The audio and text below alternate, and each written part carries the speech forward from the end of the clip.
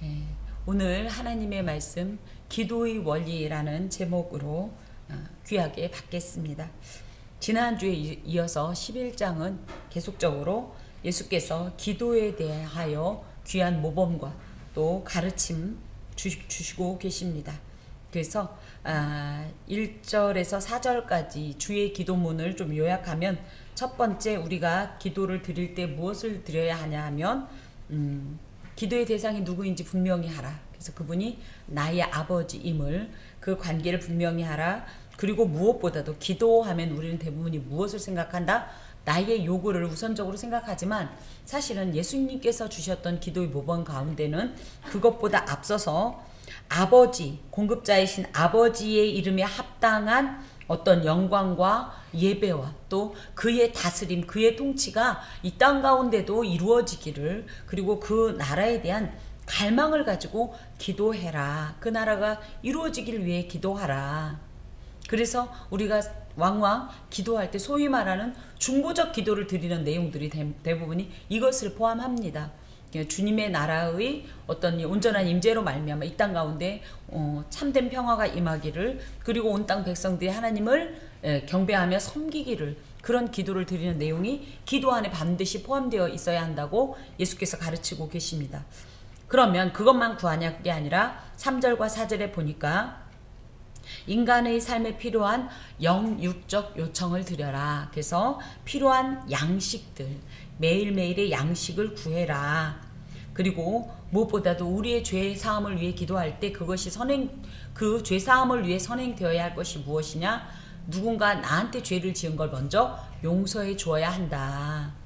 그리고 마지막으로 이 영적인 이 모든 걸음에 있어서 하나님을 등지고 하나님을 멀리하게 하는 것들을 내가 과감하게 거부하고 물리치고 하나님을 따르도록 주 성령께서 도와달라고 기도해야 된다. 이런 말씀을 주셨습니다. 그리고 나서 이제 오늘은 기도의 원리 중에서도 특히 어떤 식으로 기도해야 되느냐, 그러니까 어떤 자세와 태도로 기도해야 되느냐를 교훈하고 계시는데요. 보면 너희 중에 누가 벗이 있는데 밤중에 그에게 가서 말하기를 벗이여 떡 세 덩이를 내게 구워달라. 내 벗이 여행 중에 내게 왔으나 내가 먹을 것이 없노라 하면 그가 안에서 대답하여 이르되 나를 괴롭게 하지 말라. 문이 이미 닫혔고 아이들이 나와 함께 침실에 누웠으니 일어나 내게 줄 수가 없노라 하겠느냐. 그러면서 내가 너희에게 말하노니 비록 벗됨으로 인하여서는 일어나서 주지 아니할지라도 그 간청함을 인하여 일어나 그 요구대로 주리라. 그래서 기도는 어떻게 해야 되냐 이거예요.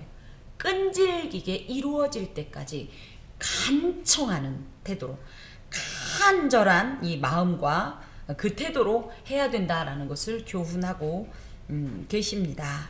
자, 너희 중에 누가 벗이 있는데, 그러니까는 너희의 벗, 그러니까 지금 이 너희는 알고 보면 누구냐면 떡 세 덩어리를 구워줘야 할 사람인 거예요.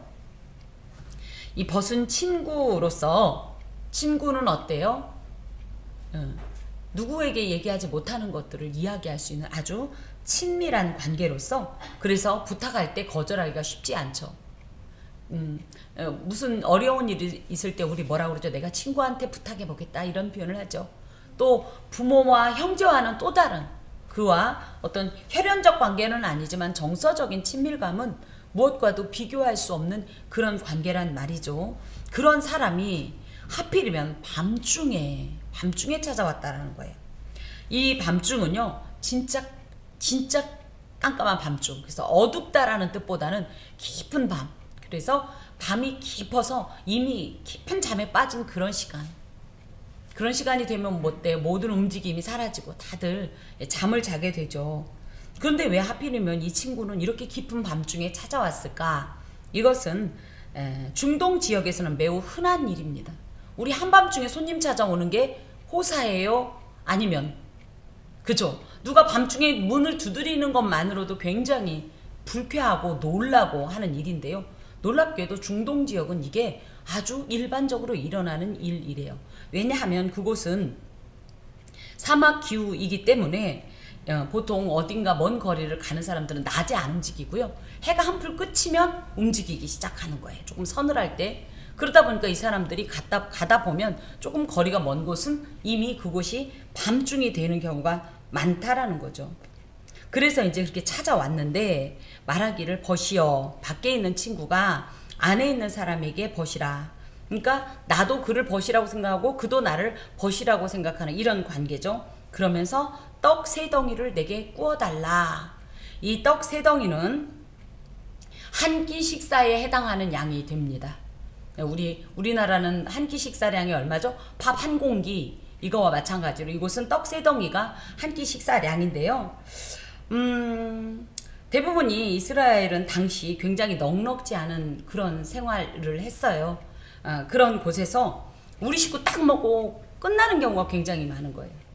우리도 예전에 그랬었겠죠. 우리 어머니 세대만 해도 밥이 남는 게 어디 있어요. 늘 부족해서 어머니는 한 켠에서 그냥 밥알 몇 개 있는 거 그냥 국물 후루룩 해서 드시던 그런 시대를 생각한다면 그 집이 떡 세 덩이가 그 한 끼에 해당되는 밥 한 사발이 없겠냐 하겠지만 그것 또한 흔했다는 거예요. 그만큼 형편들이 어려웠죠. 그런데 아마 이 사람이 그렇게 다 같이 형편이 어려운데도 친구에게 찾아온 이유는 아마 이 사람은 자기 신보다 조금 더 여유로웠을 수도 있고, 그쵸? 그리고 아마 이 사람은 나에게 분명히 꿔줄 거야, 떡을 하는 이런 기대와 확신이 있었기 때문일 것 같습니다.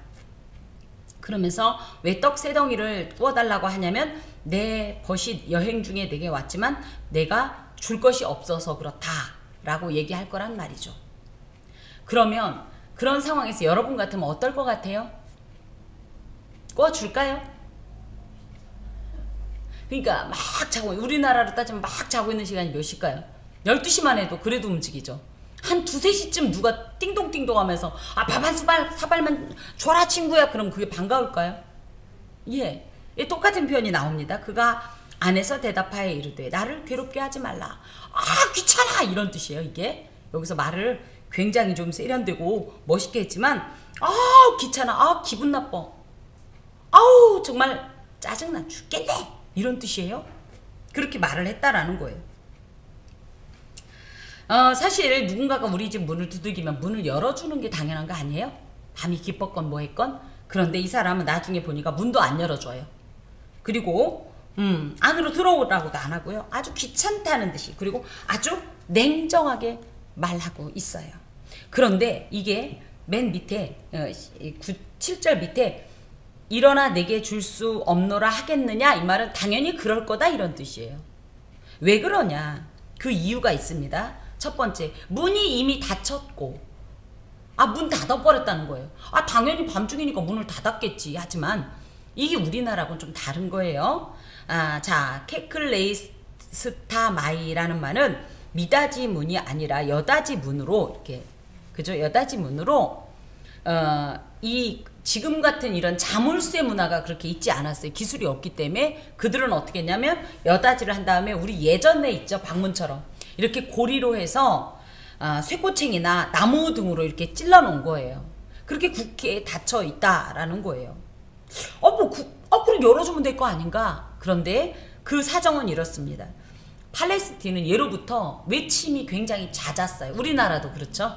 우리나라도 굉장히 외침이 잦았던 그런 민족인데, 외침이 잦았고 또 가난할수록 어때요? 강도나 도적대가 성행해요. 그래서 강도나 도적대의 습격을 받는 일들이 굉장히 비일비재했어요. 그러니까 문을 어중간하게 닫아놓으면 어떻게 되는 거예요? 이게 큰 위험을 당할 수 있기 때문에 그들은요 어떤 행동을 했냐면, 예를 들어 한 집이 있다 그러면 출입문은 딱 한 개예요. 그래서 문고리에 해놓은 그 출입문인데, 문제는 이 출입문 외에는 문이 없어요. 뒤로 나가는 문도 없고 옆문도 없어요. 그리고 그나마 이 통풍구 환기를 시키려고 요만한 구멍 하나를 뚫어 놓습니다. 그래서 이들은 낮에도 그 안에 들어가면, 집 안에 들어가면 어떻겠어요? 껌껌해요. 그러니 밤은 오죽하겠어요. 그리고 기름이 흔한 시대가 아니기 때문에 기름을 켜놓은 상태가 아니에요.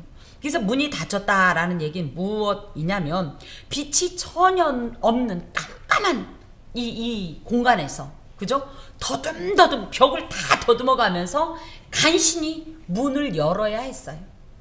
그렇게 되면 어때요? 잠 홀딱 깨고, 그쵸? 그리고 또 거기다 대고 이제 그래서도 이제 괴롭고, 또 한 가지가 뭐냐면 아이들이 나와 함께 침실에 누웠다. 이건 무슨 얘기냐면, 누웠다라는 것은 깊이 잠든 상태라는 말로, 아이들이 깊이 잠든 거하고 무슨 상관이냐. 다시 이 유대인의 가옥 구조를 보자면, 이들이 예를 들어 집이 정사각형이다. 그러면 여기에 출입구가 하나 있고, 그 옆에 작은 그야말로 숨구멍 하나 있고, 여기에서 양도 같이 자고요. 짐승이 그 안에 다 있어요. 대량으로 이 목축, 유목을 하지 않는 이상은 짐승 한두 마리를 키우는 그 짐승들이요, 이 문 안에 다 있어요. 그리고 대부분이 그 당시에 형편이 넉넉하지 않았기 때문에 온 가족이 지금으로 말하자면 한 방에서 자는 거예요. 한 방에서. 이불 하나 들고 같이. 그러니 한 방에서 자는데 부시럭버시럭거리면서 막 다니다 보면 발도 밟을 것이고, 그쵸? 그러면 아이들도 다 깰 것이고, 그런 상태라는 거예요. 그러다 보니까 이거는 정말 너는 진짜 이거는 민폐 중에 민폐다. 지금 그 얘기예요. 그래서 일어나 내게 줄 수 없다. 그런데 사실은 이 말에 이 힌트가 있습니다. 맞아요. 문도 닫혔어요. 애들도 나와 함께 지금 깊은 잠에 빠졌어요. 하지만 궁극적인 원인은 누구에게냐면 내게 있어요. 뭐예요? 일어나기 싫다 이 말이에요. 일어나기 싫다. 그래서 떡이 없어서 못 주는 게 아니라 일어나기 싫어서 못 준다 이거예요. 근데 우리도 이해는 가요, 얼마든지. 그런데 아마 이 벗이 이런 상황에서 가만히 있지 않고 어떻게 했을까요? 계속 그래도 좀 빨리 줘라. 계속 문을 두들기니까 8절에 그래서 비록 벗 때문에 너랑 나랑 친한 사이여서 주는 것은 아니지만 너무너무 자꾸 그 두들기니까 내가 일어나기 귀찮아도 그 간청함 때문에 줄 거다. 끝내는 일어날 거다. 그 얘기입니다. 이 간청함이라는 말은요, 아나이데이안이란 말로 이런 말이에요. 뻔뻔스럽고. 왜요? 한밤중에 깊이 잠든 집에 문 두들기면서 뭘 달라는 게 미안한 것도 없이 뻔뻔스럽고 또 끈질기고 집요하게 계속적으로 그것을 요구하는 태도입니다. 이것은 떡을 얻어도 그만 안 얻어도 그만 하는 미지근한 태도가 아니에요. 게다 대고 내가 배고픈 게 아니라 다른 사람이 내가 배고프면 참으면 돼요. 그죠? 근데 다른 사람이 배고픈 것에 대해서 이 동정하는 마음과 당연히 그를 공개해야 된다는 마음이 앞서는 겁니다. 그렇기 때문에 거절하는 거에 대해서 불쾌하거나 창피하거나 하는 이런 것 없어요. 중도 포기는 없는 태도입니다. 오직 굶주린 친구를 먹이려는 사랑의 동기와 절실한 필요에 의해 끈질기 있게 간구하는 것이 간청함인데, 여러분은 기도할 때 어떻습니까? 뻔뻔스러울 정도로 기도합니까? 절대 물러서지 않을 정도로 기도합니까? 내가 죽으면 죽었지 이 자리에서 꼼짝 안 하겠다고. 그 정도로 기도해 보셨습니까? 응? 이 문제가 해결되지 않으면 나 절대 집에 안 간다고 하는 태도로 기도해 보십니까?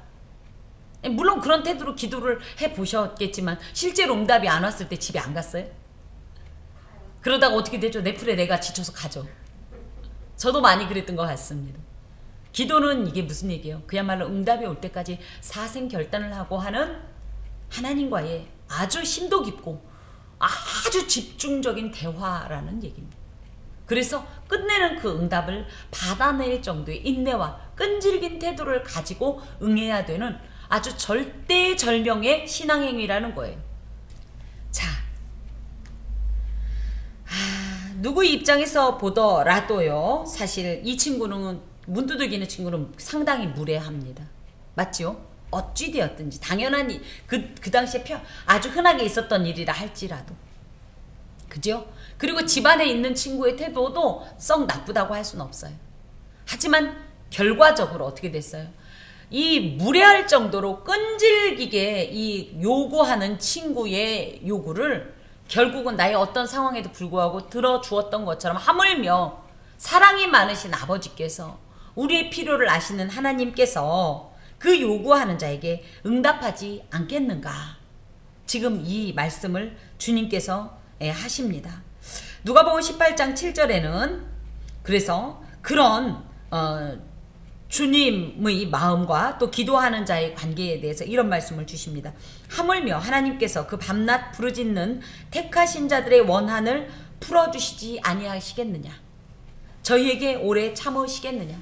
불의한 재판관의 비유에서 나오는 비유인데요. 여러분 기도할 때 정말 사생결단을 내고 기도하세요. 대충 아유 좀 어떻게 좀 한번 해보세요. 아유 나도 모르겠어요. 아무튼 예 알았죠? 이런 기도와는 다른 기도예요. 정말 죽기 아니면 까무러치기로 기도 한번 해보세요. 여러분 기도하다가 창자가 끊어지는 것 같은 느낌을 받으신 적이 있으세요? 너무 몸부림쳐서 의자에서 떨어져 본 적 있으세요? 응? 쾅쾅 어떻게 할 줄 모르고 몸부림치다가 지금 이런 장의자 여기 손에다 머리를 쾅쾅 부딪혀 본 적 있으세요? 네. 사실은 기도를 하다 보면요 그렇게요. 너무너무 난 이 문제가 해결이 안 되면 안 되니까. 나는 이 문제가 해결돼야 그 다음을 살 수 있으니까. 나는 사는 게 아니니까. 하나님 앞에 기도하는 자는 이 정도의 태도를 갖고 그렇다고 와서 괜히 머리를 꽝꽝 부딪히란 얘기는 아니에요. 괜히 떨어져가지고 어디 부러지란 얘기가 아니라 그 정도의 정말 사생 결단의 각오로 기도해야 된다라는 이런 교훈을 주께서 주십니다. 자, 또 9절부터 내가 또 너희에게 구하노니 구하라. 너희에게 이르노니 구하라. 그러면 너희에게 주실 것이요. 찾으라 그러면 찾아낼 것이요. 문을 두드리라 그러면 너희에게 열릴 것이니. 그러면서 구하는 이마다 받을 것이요. 찾는 이는 찾아낼 것이요. 두드리는 이에게는 열릴 것이니라. 이것은 하나님의 자녀에게 요구되어지는 아까는 뭐 어떤 기도? 끈질긴 기도. 끝까지 가는 기도를 교훈하셨다면 이것은 성실하고도 적극적인 자세를 요구하십니다. 이 기도할 때는 어떻게 하라는 거예요? 되두고만 안 해두고만은 없는 거예요. 하나님 안 되면 뭐 어쩔 수 없죠는 없는 거예요. 하나님 없어도 해결될 것 같고 우리가 기도해요? 굳이 얘기하면 그죠? 워낙은 하나님 없이 해결되는 건 없음에도 불구하고 우리는요 우리가 생각할 때 우리가 안 되는 것만 갖고 기도해요. 근데 우리가 안 되는데 누가 해주라고. 그러니까 어떻게 써야 돼요? 정말 끈질기게 기도함과 동시에 적극적으로 그렇게 기도해야 된다라는 겁니다. 자, 이것은 구하라라는 것과 찾으라라는 것과 문을 두드리라라는 것으로 해서 점차 그 의미가 점점점 강해지는 점층적 구조를 가지고 있습니다. 첫 번째 구한다라는 것은 뭐냐면 무엇을 원하는 마음의 욕구 또 이것을 표현하는 거예요. 난 이것을 원해요 라고 이걸 표현하는 거예요. 그래서 이걸 에르타오라고 하는데요. 보통 이 에르타오라는 말은 마치 5절에서 8절과 같이 수평적인 관계, 편한 관계, 친한 관계 속에서 이런 나의 요구들을 이야기하는 걸 에르타오라고 합니다. 그런데 여기에서 구하라는요. 에르타오가 아니라 아이테오입니다. 아이테오. 이건 뭐냐면 아랫사람이 윗사람에게 또는 아들의 신분인 성도가 위에 계신 하나님 아버지께 구하는. 그래서 기도에는요 기본적으로 어떤 것이 있냐면요 이 요구를 친구한테 좋아하는 거고는 다른 태도예요. 그래서 뭐예요? 정말로 나는 낮아지고 당신은 높이면서 이 안에서 당신만이 나에게 줄 수 있습니다 라는 이런 태도로 구하라는 겁니다. 그래서 이것을 여기 여전히 구하라, 찾으라, 문을 두드리라라는 것은 다 현재 명령법이에요. 구하든지 말든지 구할래? 구하든지 이게 아니에요. 구하라. 그건 뭐예요? 이쪽에서도 구하는 걸 원한다는 뜻이에요. 하나님께서도 우리가 구하는 걸 원하신다고요. 기도하는 걸 원하신다고요. 아우 귀찮고 왜 자꾸 기도질이야가 아니라 당신도 우리의 기도를 기다리신다고요. 그래서 이 구하라라는 말은요 한번 구하고 마는 것이 아니라 될 때까지 계속적으로 반복적으로 맨날 똑같은 말을 하거나 말거나 계속적으로 하나님 귀에 정말 딱지가 않거나 말거나 계속적으로 이렇게 구하라는 것을 누가 말씀하시는 거예요? 예수께서. 하나님 몰래 니들한테 얘기하는데 이게 아니에요? 굳이 얘기하면 하나님께서도 그걸 원하신다는 거예요. 그렇게 이 삶에 대해서 하나님 앞에 다 아뢰고 필요한 것을 요구해서 응답받기를 원하신다는 거예요. 하나님도. 그리고 이것은 구하라 할 때 능동태적 용법을 사용합니다. 그래서 누가 기도하는 게 아니라 내일을 위해서 누가 기도하는 게 아니라 누가 먼저 기도해야 된다. 내일은 내가 먼저 내가 먼저 내가 하나님께 직접 기도해라. 어떤 사람은 이래요. 기도 부탁 뒷땅해요. 그리고 본인은 까마봐. 나중에 그거 어떻게 되셨어요? 그럼 그거요? 됐어요. 어떻게 됐어요? 전 그럴 때 너무 속상해요. 그게 어떻게 됩니까? 그거 기도하지 않고는 안 된 거예요. 누가 기도했어요? 그 기도 부탁받은 제가 기도했어요. 근데 본인은 기도 안 하고 있다 멍청하게 되니까 어떻게 됐대. 정말 전 그럴 때 너무 서운해요. 여러분. 그런데 왜 이게 중요하냐면요. 기도 응답을 이게 기도한 사람만 기도 응답인 줄 알아요. 기도 안 하고 우연히 된 사람은요. 그러니까 그냥 된 사람은 우연히 됐다고 생각해요. 근데 하나님께서도 원하는 게 뭐예요? 네 문제가 있어. 그럼 네가 와. 네 마누라 시키지 마. 네 남편 시키지 마. 네 애들 시키지 마. 네 엄마 시키지 마. 네가 와서 기도해. 네 문제. 지금 이겁니다. 이게 구하라는 말 속에 들어있어요. 그래서 자신이 직접 아버지신 하나님께 강력하게 자신의 요구를 요청하라는 게 도와주십시오. 해 주십시오. 그러면 어떤 일이 있냐? 주신다는 거예요. 도데세타이라는 말은 반드시 응답하신다는 뜻을 갖고 있어요. 그러면서 보니까 그러면 너희에게 주실 것이오에 사실은 괄호로 뭐가 있냐면 내가 내지는 하나님께서 아버지께서 이게 괄호로 이렇게 생략되어 있습니다만은 그래서 응답의 주체는 하나님으로서 하나님은 구하는 자에게 반드시 응답하신다. 이 말씀이 여기 있습니다. 두 번째, 구하고 가만히 있는 게 아니라 구했는데 예를 들어 응답이 없는 것 같아. 응답이 없어요. 그럼 어떻게 해야 돼요? 주저앉는 것이 아니라 뒤로 빠지는 것이 아니라 오히려 한 발짝 더 앞서서 더 뜨겁고 더 강력하게 기도하라는 거예요. 그게 뭐냐면 찾으라라는 말이에요. 찾으라라는 것은 내가 구하라라는 말에 들어있는 요구, 나의 필요를 실제적으로 내가 손에 넣기 위해서 움직이는 거예요. 실제적으로 그 행동에 착수하는 것으로요. 이렇게 찾는다라는 표현은 제테오라는 말인데 잃어버린 드라크마를 찾듯이 잃어버린 양을 찾듯이 눈의 혈안이 되어서 이런 태도로 기도하래요. 발견하기 위해서 애쓰고 그 찾는 행동으로서 하나님께서는 이것이 또 놀라운 말씀 속에 이 원어 속에 있는 표현이 이렇습니다. 단지 우리 자신 개인에게 필요한 것도 찾아야 되고 구해야 되지만 그것을 넘어서 무엇을 찾아야 되냐면요. 아까 구하는 건 뭐였어요? 내 요구만 구하는 거였다면 두 번째 여기에서 나오는 제테오 찾는 것은 무엇이냐면 나의 필요한 것을 넘어서 복의 근원 대신 하나님을 찾으라는 의미를 가지고 있어요. 하나님을 찾으라. 그러면 찾아내게 된다. 휴레세테라는 말로 하나님을 향해 기도할 때는 나 혼자 아무도 없는 곳에 대고 허공에다 대고 기도하는 게 아니에요. 그 소리를 들으시는 하나님을 찾아내라는 거예요.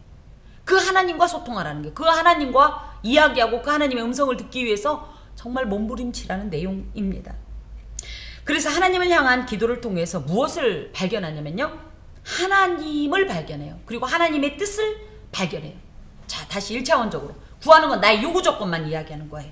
그런데 물론 이것을 통하여서 응답이 있지만 사실은 하나님께서 원하시는 건 뭐예요? 조금 더 적극적으로 나의 요구 조건뿐 아니라 무엇을 하나님을 보여주십시오.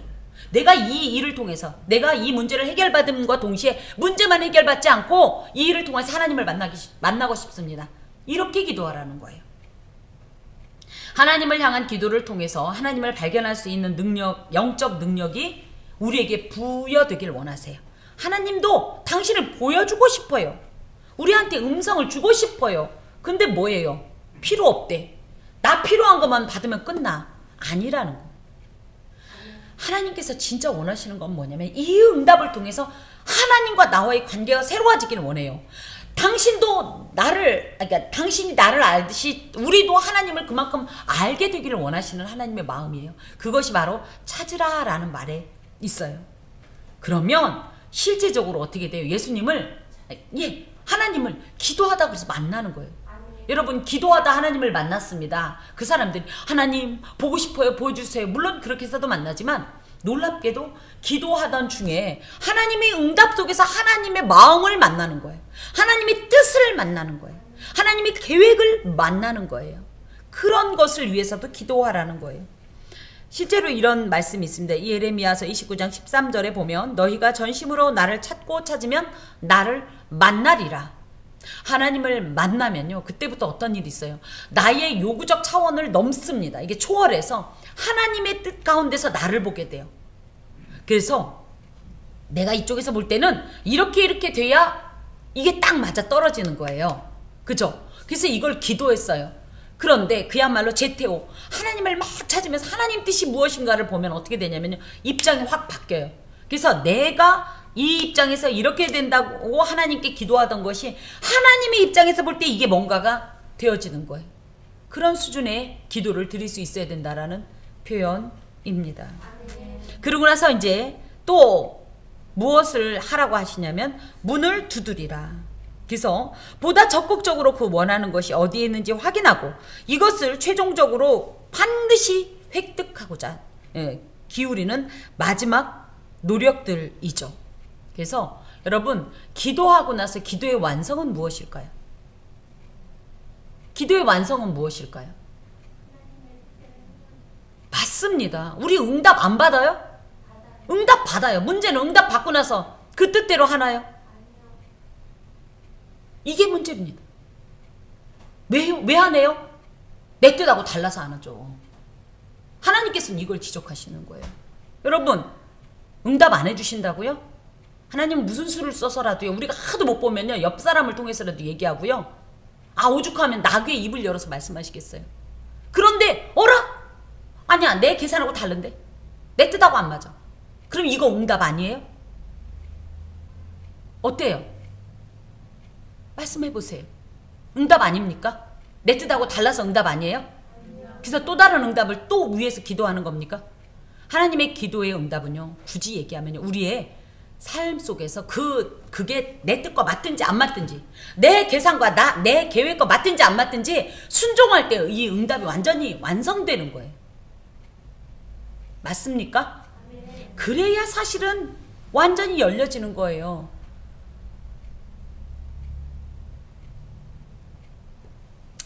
자, 열린다라는 말은 이노이게세타이라는 말로 멀지 않은 장래에 반드시 열릴 것이다, 이런 뜻을 갖고 있어요. 그렇게 하나님의 응답을 받고 그것을 나의 형편과 나의 생각과 나의 계산과 상관없이 행동하면 반드시 멀지 않은 미래에 하나님의 뜻과 하나님의 실제적인 응답이 임한다는 것이 바로 이 열린다라는 표현에 있습니다.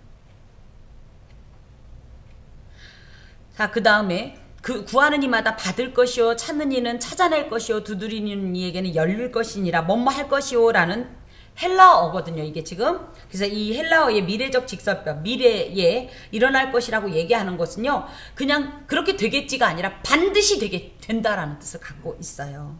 그러므로 적극적이며 포기하지 않는 기도는 확실히 성취된다는 그런 의미가 지금 이 안에 있습니다.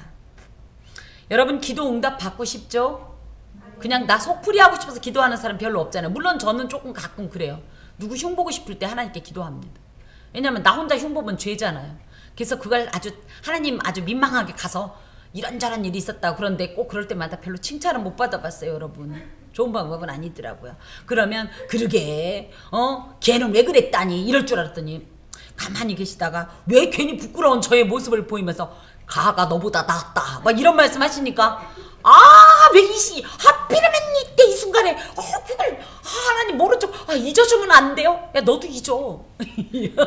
제가 손해보는 일이 한두 번이 아닙니다만은 저는 가끔 너무 흉보고 싶고 욕하고 싶을 때 그런 문제를 또 하나님께 갖고 갑니다. 그래서 이런저런, 어젯밤이 그랬어요. 정말로 잠은 안 오지. 자다 깨다니까 너무 고통스러운 거예요. 그래서 이런저런 얘기를 하면서 무슨 말씀을 드렸는데 하나님께서 그러더니 이제 헛소리 하지 말고 자라. 너 지금 잠꼬대 하는 거 아니야? 막 그래서 저 지금 자고 있는 거 했더니 너 자고 있어. 그래서 다 진짜 눈 감고 잤는데 이게 여러분에게 어떻게 들려질지 모르겠습니다만은, 물론 이렇게 뭐 굳이 응답보다는 이런저런 하나님하고 담소를 즐기기 위한 기도도 합니다만은 대부분은 어때요? 기도 응답을 위해서 기도하지 않습니까? 응답 받고 싶으면 어떻게 하라는 거예요? 포기하지 말라는 거예요. 그리고 적극적으로 열정적으로 이렇게 기도하라는 거예요. 그러면 어떤 결과가 있느냐? 11절, 12절, 13절을 보면 너희 중에 아버지 된 자로서 누가 아들이 생선을 달라 하는데 생선 대신에 뱀을 주며 알을 달라 하는데 전갈을 주겠느냐? 너희가 악할지라도 좋은 것을 자식에게 줄 줄 알거든 하물며 너희 하늘 아버지께서 구하는 자에게 성령을 주시지 않겠느냐 하시니라. 이 말씀이 사실 여기에만 있지 않아요. 마태복음 7장에도 기도에 대한 세 가지 비유가 이 산상수훈 뒤에 붙어서 나옵니다. 근데 이때 비유가 조금 달라요, 서로. 여기서는 이 뭐라고 돼 있어요? 생선 대신에 뱀, 알 대신에 전갈, 좋은 것과 성령 이렇게 나오죠. 근데 마태복음에는 떡과 돌, 누가 떡을 달라는데 돌을 주며, 그죠? 생선을 달라는데 뱀을 주며 좋은 것을 너도 줄 알거든, 나도 좋은 거 주겠다, 이렇게 나옵니다. 지금 여기는 조금 다르긴 해요. 근데 특별히 이제 이 여기로 보자면 아빠한테 누가 그런가, 아빠 나 갈치 먹고 싶어요, 예를 들어 이렇게 생선을 달라고 했더니 아버지가 옛다 하고 줬던데 뱀 줬어요. 누가 그러겠냐는 말이에요. 이건 좀 우리나라의 이 어떤 문화로는 도무지 이해를 할 수가 없는데 놀랍게도 유대인들에게 이게 말이 돼요. 왜냐하면 그 당시에 실제로 이방인들은요, 물뱀을 식용으로 사용했고요. 실제로 뱀을 잘 요리하면 일반 생선인지 뱀인지 식별이 불가해서 그렇게 또 먹기도 했대요. 그렇지만 유대인들은 뱀을 부정한 짐승으로 간주하여 식용으로 사용하지 않았어요. 그러면 이제 이것이 유대인들에게는 어떻게 적용이 되냐면요. 그 당시에 갈릴리 호수에서는 많은 어종들이 이제 잡혔어요. 물고기들이. 근데 그 중엔 이 물뱀도 같이 잡혔대요. 얘가 저기니까. 이 담수호니까. 그래서 민물이니까 물뱀이 사는 거예요. 그런데 이 뱀과 이들이 이 잡아내는 갈릴리 어부들이 잡아내는 이 물고기가요, 가끔 헷갈리는 종들이 있었대요. 그럼 이 물뱀을 어떻게 생선인 줄 알고 먹을 수가 있었죠. 그렇기 때문에 그렇지 않기 위해서 이 뱀은 부정한 짐승이기 때문에 먹으면 안 돼서 잘 구분해서 식탁에 올리곤 했다라고 해요. 그런데 아빠가 아들이 생선 달라고 그러니까 아우 저거 물뱀이긴 한데 모르겠지 하고 줄 사람이 있겠냐 이거예요. 말도 안 되는 거죠. 그쵸? 또 알과 이제 전갈 이야기를 하면 알은 뭐예요? 달걀이에요. 달걀. 그런데 놀랍게도 이 전갈이 몸을 딱 구부리면 꼭 달걀하고 비슷한 모양이었다고 해요. 그래서 아닌 말로 아버지가 사랑하는 아들에게 아버지 나 계란 후라이 해주세요. 그랬더니 얘 따 찐계란이다. 그러고 전갈을 주겠냐 이거예요 지금. 그럴 리가 있어요 없어요? 있어요? 주시려고 그러세요? 없다고 빨리 말씀하셔야죠. 없잖아요. 아무리 장난기가 많은 아버지라고 세상에 갈치 달라고 그러니까 물뱀 줘요? 말도 안 되는 거죠. 예. 이 말도 안 된다는 건 예요. 자, 이것은요 특히 전갈도 그렇고 뱀도 그렇고 아주 맹독성이죠. 특히 전갈 같은 경우는 쏘이면 아주 생명에도 큰 위험을 당하죠. 그래서 이 맹독성이라는 특징을 통해서 무엇을 얘기하고 싶으냐면 하나님께서는요 마치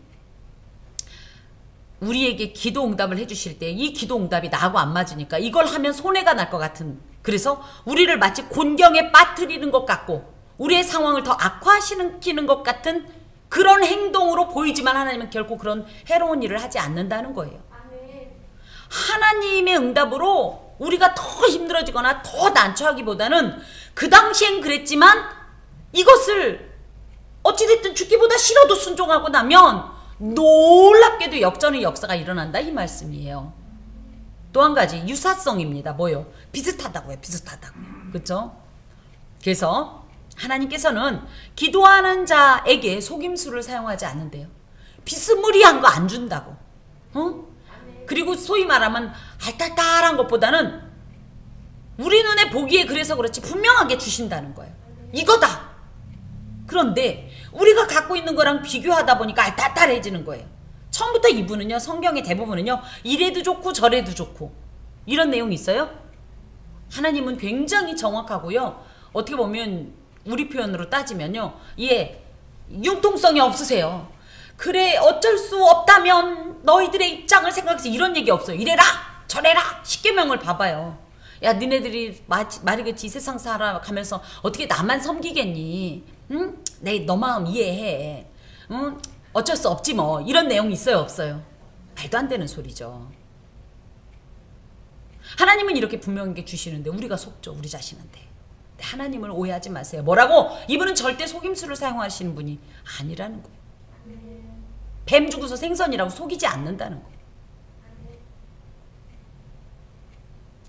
자, 또 여기에 너희가 악할지라도 뭐예요? 우리는 인간적으로 악해요. 왜요? 원죄의 원죄로 인한 또 자범죄가 우리 안에 가득한 존재로서 심지어 자신의 자녀에게도요 100%의 사랑은 못 주는 게 사실 아닙니까? 예. 그래서 우리가 악하다는 거예요. 이런 악한 니들도 하물며 지 새끼한테는 좋은 것 주려고 지금, 그죠? 우리가 뭐 지금 와서 뭘 위해 그렇게 노력합니까? 내 자식한테 좋은 거 주려고, 짐 안 주려고 이렇게 힘들게 애쓰는 거 아닙니까? 하물며 그러면서 하나님은 누구세요? 애초부터 선하신 분이고요. 정말 좋으신 분이세요. 응? 이분이라면 너희들이 생각하는 그런 선한 거하고는 차원이 다른 좋은 걸 주신다는 거예요. 바로 뭐냐면 성령입니다. 제가 말씀드렸죠. 누가복음에서 강조되는 단어가 기도와 성령이라고요. 그래서 가장 좋은 것의 대표로 성령이라고 지금 누가는 말하고 있습니다. 성령은 과연 인간이 하나님께로부터 받을 수 있는 최고의 제일 좋은 가장 복된 귀한 선물입니다. 이 성령을 받으면 우리가 어떻게 돼요? 하나님을 알게 돼요. 이 성령을 받으면 지혜가 생겨요. 지식이 쌓여요. 하나님을 알게 되고 하나님의 뜻을 알게 되고 또 뭐가 생겨요? 능력이 생겨요. 그래서 어떻게 해요? 하나님의 뜻대로 살아가게 되고 또 이 성령이 오시면 어떤 일이 있어요? 막 용기가 생겨요. 그래서 뭐예요? 누군가에게도 부끄러움 없이 막 용기 있게 하나님을 전파하게 되고 성령이 오시면 우리 안에 어떤 일이 있어요? 우리에게 소망을 주세요. 그래서 어때요? 낙심하지 않고 절망 중에서도 소망을 막 가지고 나가게 하고 이런 좋은 분을 하나님께서 기도하면 주신다는 거예요. 그런데 문제는 뭐예요? 우리가 기도 제목 가지고 이 기도 응답이 될 때까지 기도 끝까지 해서 응답받는 경우가 있나요? 하다가 누가 지쳐요? 내가 지치지 않나요? 그래서 이제 그런 일 있죠. 나는 기도하다 지쳤어. 잊어먹었어요. 근데 몇 년 뒤에 보니까 응답됐어. 그런 경우 모르세요? 저는 그런 경우가 가끔 있어요. 어머 세상에 그 짧은 그 조그만 기도도 우리 하나님은 챙겨놓으셨다가 이렇게 응답하시는구나. 저는 이런 경험을 많이 갖습니다. 여러분 기도의 원리는 이것입니다. 기도 응답 받을 때까지 기도해라. 그걸 위해서 뭐 해야 돼요? 응답이 확실히 임한다는 생각을 하라는 거예요. 어떤 응답이? 가장 좋은 응답, 가장 완벽한 응답이 임한다. 그것을 위해서 우리는 어떻게 해야 되냐? 인내를 가지고 끈기 있게 기도하는 것이 필요합니다. 하나님은 그 기도를 원하시고 그 기도를 들어주신다는 거예요. 또 하나님은 언제나 가장 좋은 것으로 응답해 주신다는 거예요. 지금 내 눈에 볼 땐 아니죠. 어머 하나님 죄송합니다 이런 표현 써서 누구도 그렇게 얘기하길래 저도 용기 내서 시세 모르는 말씀하시네? 라고 생각하고 이것이 좋은 것이 아니라고 거절하면요. 나중에 보세요. 그거였어. 하나님이 주시는 건요. 지금 현재 시세로 판단하지 마세요. 하나님은 영원하신 분이에요. 앞으로 일어난 모든 일까지 예견하시고 주시는 경우입니다. 근데 지금 내가 보니까 말이 안 되니까 우리는 그 기도를 예를 들어 정말 우리의 삶 가운데서 거부하고 나잖아요. 나중에 보면 그거였어. 이게 뭡니까? 결국은 하나님은 가장 좋은 것으로 언제나 응답해 주시는 분이라는 거죠. 그래서 기도 응답과 이제 기도의 이제 원리 중에 제가 늘 강조하는 세 가지 기가 있습니다. 세 가지 기. 첫 번째 뭐예요? 기대하면서 기도하세요. 어떤 기대? 응답해 주실 거라는 기대를 하면서 기도하세요. 또 어떻게 하면서 기도하냐? 기다리면서 기도하세요. 내 때와 아버지의 때는 다를 수 있습니다. 그래서 지금 당장 이루어지지 않더라도 이 기도는 반드시 하나님의 시간에 이루어준다라는 기다림으로 그렇게 기도하세요. 이렇게 기대하면서 기다리면서 기도하고 기도하면서 기다리다 보면 반드시 늦은 게 아니에요. 하나님의 응답은 우리가 생각하는 시간보다 늦게 왔다고 해서 늦은 게 아닙니다. 가장 좋은 것으로 그렇게 응답해 주십니다. 그러므로 성도는 하나님께 간구하되 끝까지 겸손함을 잃지 말고 가장 좋은 것으로 응답해 주실 것을 확신하면서 응답 받을 때까지 기도하여서 하나님의 가장 좋은 것을 받아 누리는 삶입니다. 우리 그 삶을 기대하면서 기도하겠습니다. 기도합시다. 하나님 감사합니다. 우리 자신이 온전한 응답을 받지 못할 그릇이 되어서 포기하고 또 적절히 하다 말고 합니다. 하나님 우리에게 지혜와 믿음을 주시옵소서. 그리하여 참으로 끝까지 기도함으로 받아들이는 그 낙을 바라보면서 오늘을 참고 기다리게 하여 주시고, 무엇보다도 하나님의 뜻이 나의 뜻과 맞지 않는다 하여서 그것을 거부하거나 미루지 말게 하시고, 언제든지 하나님은 옳습니다. 하나님은 가장 좋은 것을 주시는 분입니다 라는 고백 가운데 무슨 일이든 어떤 응답이든 그 응답을 기뻐 준행하게 하여 주시옵소서. 감사하고 예수 그리스도의 이름으로 기도하오며, 주 예수 그리스도의 은혜와 하나님의 사랑과 성령의 교통하심이 은총을 입은 함께하는 교회의 모든 권속과 그 삶에 영원히 함께하옵시기를 간절히 축원하옵나이다. 아멘.